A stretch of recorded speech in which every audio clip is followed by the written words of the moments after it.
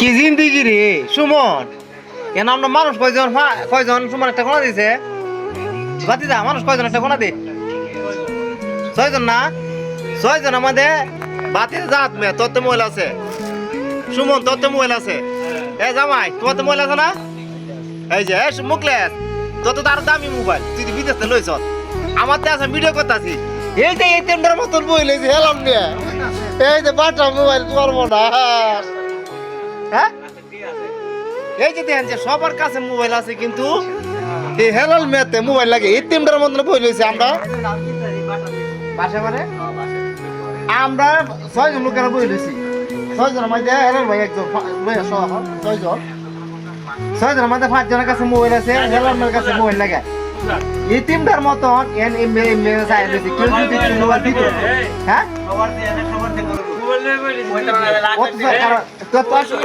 Suman mobile কাটা, এই দেখ সুমনের কাছে মোবাইল 2টা।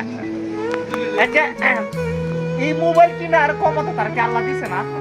হ্যাঁ ওরা অনেকে বলতে পারেন ভাই মোবাইল না থাকলে তো ভালো, ঠিক আছে, কিন্তু বর্তমান যে যুগটা পড়ছে মোবাইল ছাড়া এই দিন লাগে, এটি বাস্তব।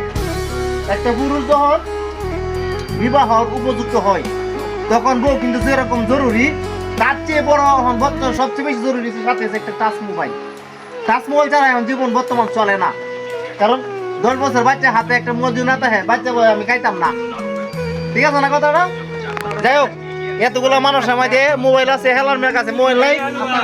আমার কাছে খুব কষ্ট, মাঝে মাঝে আমার দোকানে বসে আমার মোবাইলটা দিয়ে টিপার লাগে, আমার মোবাইলটা দিয়ে টিপার লাগে। আচ্ছা হেলাল ভাই তুমি কি মোবাইল কিনতা না? তুমি মোবাইল কিনতা না? হ্যাঁ কেমন কিনতা না কেরে? তুমি যে আরেকজন মোবাইল টিপো তখন এমবি পুরা না? হ্যাঁ ও ফোনটা টিপো নিজে। আচ্ছা আচ্ছা ঠিক আছে গাইস, শুনছেন তো, নিজে কষ্ট করে মোবাইল কিনতো না, আর টিপে যাইবো। সবাই ভালো থাকবেন, যদি ভালো লাগে ভিডিও শেয়ার করিয়া পুরা বাংলাদেশে সবাই দেখাই দেবেন টিপটা লোকেরে।